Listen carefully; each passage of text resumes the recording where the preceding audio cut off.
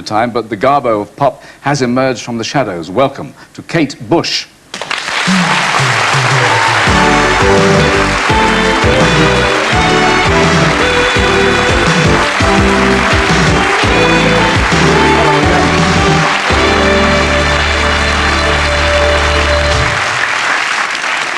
Kate, I've not seen you for a while, but when we first met, you were still a teenager, and then you got this garbo label. Did you shun publicity in the spotlight deliberately? I think on some levels, yes, I did, but the main thing was I wanted to spend a lot more time working rather than spending a lot of time promoting the work. It all seemed to be becoming more promotion than the work I was doing. So you decided work was more important. And have you been now beavering away in the potting shed for your next project? Yes, I have. We've been working for about 2 to 3 years on this album that's coming out probably middle of September. It's taken a long time. It's very intense work, really, being sort of shut away in the studio. And this is The Red Shoes? Yes, it's called The Red Shoes, yeah. Is this based on the film, the ballet film? Well, it is very much connected with the film. I was lucky enough to meet Michael Powell, the director of The Red Shoes, before he died, and he was such a sweet man. He was really sweet. I thought one of Britain's best directors. And he had a very strong effect on me. He was a very sweet man, and he seems to have popped up in 2 or 3 of the songs that are on the album. Was he dead by that time?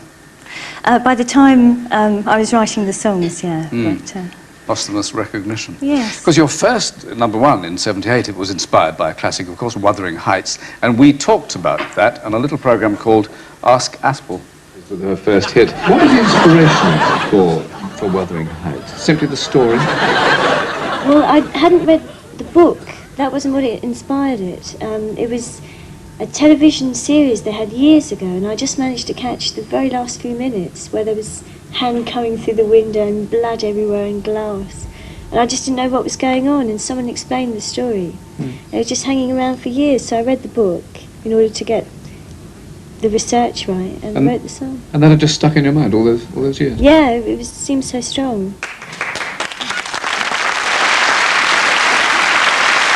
Well, your little brother and my little sister. yes, I think it's very cruel of the audience to laugh at you like that. You haven't changed at all. Are you sick of references to that number? I think I am now. I think at the time it was fine. It was a lot of fun, but it was 15 years ago, and I think although it's nice that people remember it and remember me, it is nice to feel that when you're working on something that you're considered to be a contemporary artist, I suppose, rather than going back to something such a long time ago. Well, it was so different, so astonishing. Victoria, what was your first impression of Kate and that? Well, when I first saw it, and I was not at a very good time in my career, well, first I thought she was mad, probably. A mad woman had slipped onto the airwaves. And then, really, I thought that it was very, very good, but I didn't want to acknowledge that it was very good because I was feeling very insecure at the time. And then I read a review by Clive James, and he said, this woman is either a genius or she's barking mad. I thought, well, it probably falls somewhere between the two. Yes, do you think that's a fair assessment? Yes, I do. I think I probably am truly mad. Yeah? That's all right. Oh, it's nice. But the theatrics, of course, was something we all admired. Now, and of course, you've been a pin-up since you started doing this. This week, we had a lot of letters in the office when they knew you were coming, and I can't imagine what Did you have any letters about me, Matt? Not one, of them. Have they been sending berets? They've been sending berets? Not berets, no. Just nice letters. Used beret. But do you still enjoy being a male fantasy? Well, I'm not sure if I've ever really enjoyed it. Horrible question. Yes, it is. It's a horrible Yes. question. Back and do another Do you enjoy being a male fantasy? I Victoria? love it. Fine. And so do I, so there we are. That's all right. Now, you did just the one tour in 1979. It was a terrific extravaganza, and you did things that Madonna is really just coming round to thinking of, isn't she? I mean, the telephonist headset. Was that your idea as well?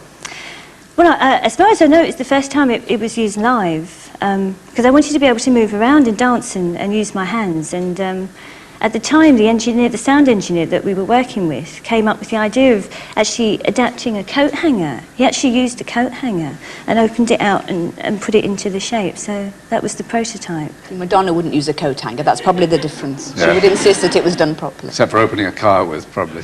But why have you never repeated all this and done another tour?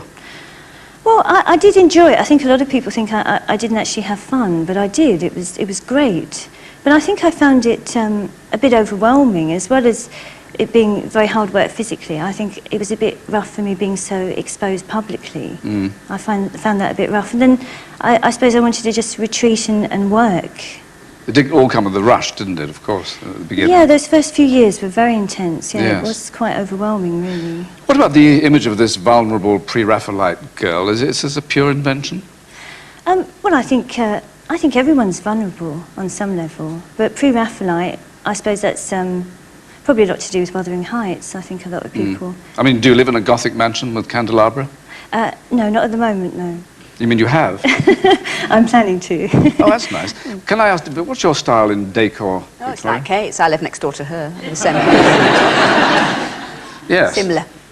Right. What is a typical day for you? Well, I do spend a lot of time working, so I suppose a typical day would be being in the studio, you know, just working on some ideas for a song and stuff. Pretty boring, What really. do you do? Sit at what? A keyboard or what? Yeah, a keyboard, and we tend to put stuff straight onto tape, so I'm actually working onto tape, and then I'll play the tape back and, you know, work to the stuff that's on there, so... What about lyrics? Ask you both about lyrics. Yours are very passionate and provocative. Do you get inspiration anywhere?